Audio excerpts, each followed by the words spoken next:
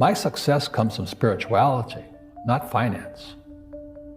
And what happened was when my wife and I started Rich Dad back in 1996, actually, we left the spirituality out. And then the corporate types came in, you know, the MBAs and the accountants and attorneys. We're just a bunch of merry men who are kind of like Robin Hood and his gang. Are you Robin Hood? Taking from the rich and giving to the poor? No, I don't believe it. I don't believe in giving to the poor. But you're giving knowledge to the poor. Yes. That's a very big difference. You see, people say, well, why don't you give the poor money? So the only problem with that is it just creates more poor people. Give a man a fish, he fishes for the day, or eats for the day. Yeah, you give a man a fish, you get a lot of people who want more fish, you know? But you teach them to fish. This is the difference is an entrepreneur must know about money, or they're no longer entrepreneurs. And it says an employee doesn't have to know anything about money. So my rich dad started teaching me about money on one condition. And that condition was he would never pay me. He says, the moment I pay you, you think like an employee. He says, that's the trap. Entrepreneurs work for free. The moment you accept the paycheck, your brain goes dead. You know, you just got paid. He says, as long as you're hungry, you'll think.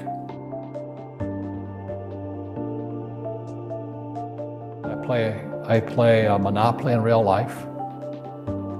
I don't need a job. I don't have a retirement. Don't need a retirement. I don't want the government to take care of me.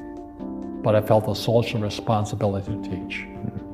And that's what my rich dad did for me. You know, Einstein said, you know, imagination is more important than knowledge. But knowledge empowers imagination. And what most people lack is real business knowledge, like accounting, you know, like debt, like taxes. You gotta know that stuff, but they don't teach it in school to anybody. A fake teacher is somebody who just wants a job and they'll teach anything. But they really don't know what they're teaching. One of the things I suggest to people, you gotta find a real teacher versus a fake teacher. And a fake teacher is somebody who doesn't do what they teach. And a real teacher is doing what they teach every day. So my accountants, my attorneys, they're in it every single day. And that's how I learn, because every day I'm solving problems in my business. So I have accountants and attorneys and bankers and all these people on speed dial because I'm solving problems with my team.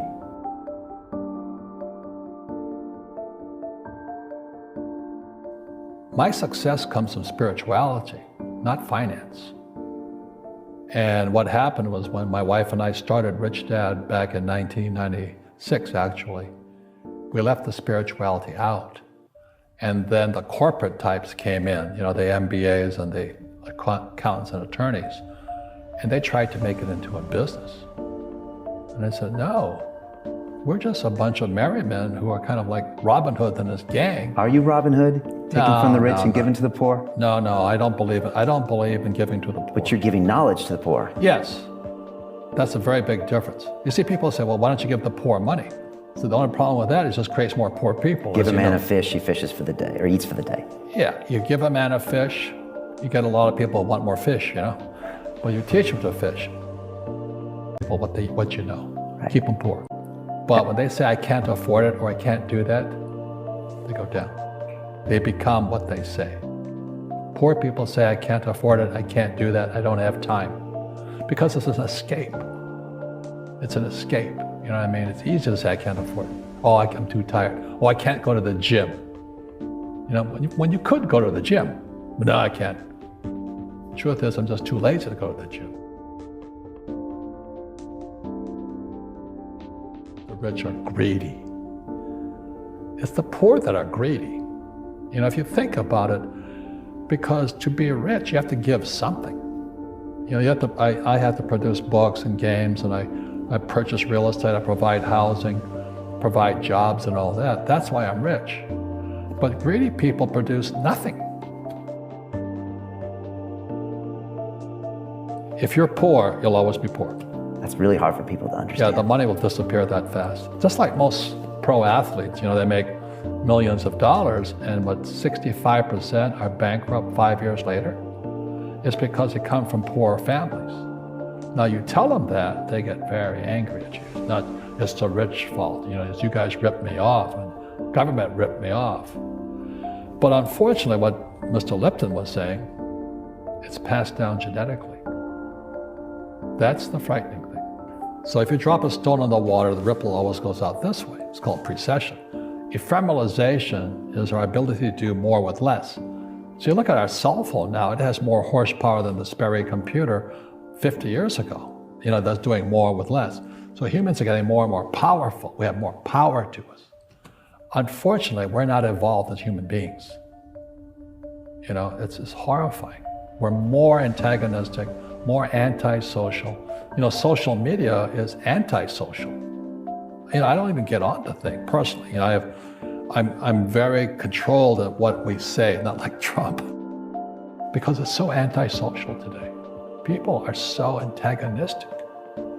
That's the danger part. So the reason I'm speaking on spirituality, we got to evolve. It means meditation, it means yoga, it means praying, it means going to church, whatever it takes. But you got to get back to calm and peace and meditation.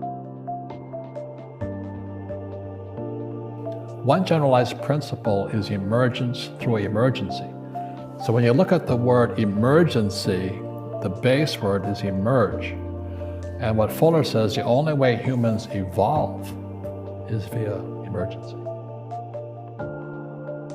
Why do I have, I have bad luck too. I've had financial crashes. I've had people stab me in the back, but they're all good because I grow from it. That's spirituality. People who are afraid of making mistakes, like they teach in school, they don't ever grow. Because spirituality is there's good and there's bad, there's right and there's wrong, there's up and there's down. Most people only want to be right. They only want to be positive. Well, you can't have that. That's not reality. Don't make mistakes and don't ask for help. That's why the school system's actually fundamentally corrupt. It's anti-education. The game of business is played with accountants, attorneys, bankers, hate to say it, politicians. You got to know the game. So what I say to young people is, you find your game. So my game financially is business, number one. Second is real estate. And that's why I pay no taxes. That's why Trump pays no taxes. Legally, it is a combination of business and real estate that gives us an unfair advantage over employees because they don't know what to do. Well, the New York Times article is an employee mindset, and they have no financial education. Somebody said Kushner has a loophole called depreciation. I go, you idiot. It's illegal, it's not a loophole. Depreciation is what the government wants us to do.